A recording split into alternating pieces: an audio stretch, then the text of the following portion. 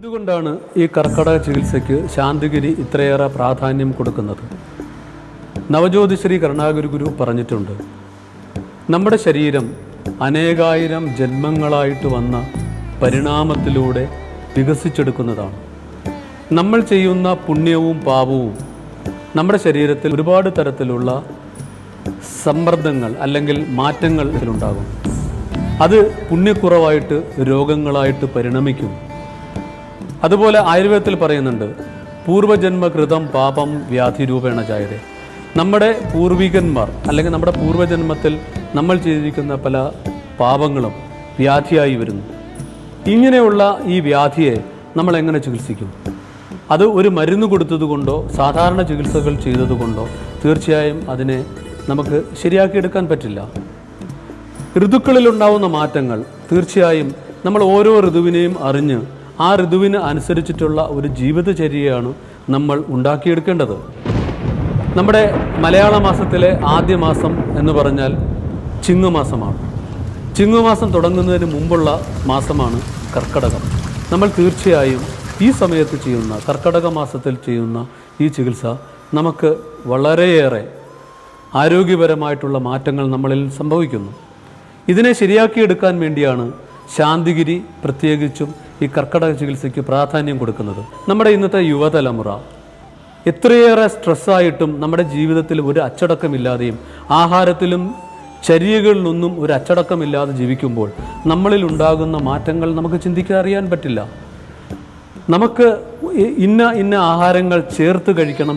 ഇപ്പോൾ അടുത്ത സമയത്തുണ്ടായ ഒരു സംഭവമാണ്, ഒരു കുട്ടി പ്രോൺസ് കഴിച്ചിട്ട് അതിൻ്റെ കൂട്ടത്തിൽ നാരങ്ങ കഴിച്ചപ്പോൾ ആ കുട്ടി മരിച്ചു പോവുകയുണ്ടായി.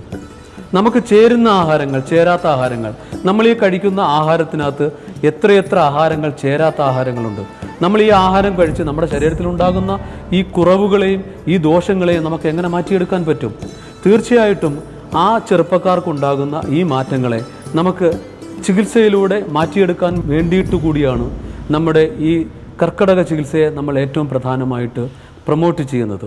അതുപോലെ തന്നെ സ്ത്രീകളിൽ ഒരു സ്ത്രീ വളർന്ന് വലുതായി അവൾ ഗർഭിണിയായി ഒരു കുട്ടിയെ പ്രസവിച്ച് അതിനുശേഷം ഉണ്ടാകുന്ന അവൾക്കുള്ള ജീവിത സാഹചര്യത്തിൽ എന്തെല്ലാം മാറ്റങ്ങൾ അവരുടെ ശരീരത്തിൽ നടക്കുന്നു. ഈ ശരീരത്തിനെ ശരിയാക്കിയെടുക്കാൻ വേണ്ടിയിട്ടുള്ള ഒട്ടനവധി പദ്ധതികളാണ് നമ്മൾ ഈ കർക്കടക ചികിത്സയിലൂടെ ശാന്തിഗിരി നിങ്ങൾക്ക് വേണ്ടി പ്രദാനം ചെയ്യുന്നത്. കുട്ടികളുണ്ടാകുന്ന ആരോഗ്യ പ്രശ്നങ്ങളെ ശരിയാക്കിയെടുക്കാൻ വേണ്ടി ധാരാളം ചികിത്സാ മാർഗങ്ങൾ നമ്മൾ ഇതിൽ ഉണ്ടാക്കിയിട്ടുണ്ട്. പ്രായമായ ആളുകളിൽ ഇന്ന് ഏകദേശം ഒരു 50 വയസ്സായാൽ തന്നെ ഒരാളിനെ സംബന്ധിച്ച് അയാൾ വൃദ്ധനായി മാറുന്ന ഒരു സ്ഥിതിയാണുള്ളത്. ഇപ്പോൾ നമ്മൾ രസായന ചികിത്സയിലും വാജീകരണ ചികിത്സയിലും പറയുന്നുണ്ട്, ഒരു പ്രായമായ ഒരാളിനെ ചെറുപ്പക്കാരനാക്കി മാറ്റുന്ന ഒരു ചികിത്സാ പദ്ധതിയെപ്പറ്റി. പക്ഷേ അതല്ല, ഒരു സാധാരണ ഒരാളിനെ സംബന്ധിച്ച് 40 വയസ്സാകുമ്പോൾ അയാൾക്കുള്ള ശരീരം 60 വയസ്സുള്ള ഒരാളുടെ ആരോഗ്യത്തിലേക്ക് അയാൾ മാറിപ്പോകുന്നു.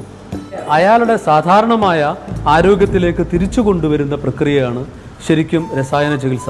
അതായത് വൃദ്ധനായ ഒരാളിനെ ചെറുപ്പക്കാരനാക്കുന്നതല്ല, പ്രായത്തിനും പക്വതയ്ക്കും അനുസരിച്ചിട്ടുള്ള രീതിയിൽ അയാളെ തിരിച്ചു കൊണ്ടുവരുന്ന പ്രക്രിയയാണ് രസായന ചികിത്സ എന്നത്.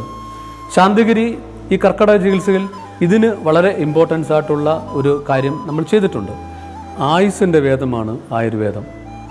ഈ ആയുസ്സിൻ്റെ വേദം നമുക്ക് ഓരോ ഋതുക്കളിലും എങ്ങനെ നല്ല ചര്യകളായി നല്ല ചിട്ടകളായി നമുക്ക് ആചരിക്കുന്നത് എങ്ങനെയാണെന്ന് നമ്മൾ തീർച്ചയായും ചിന്തിക്കണം. നമ്മുടെ ആരോഗ്യത്തിന് ഏറ്റവും പ്രധാനമായിട്ടുള്ള മുൻഗണന കൊടുക്കുക.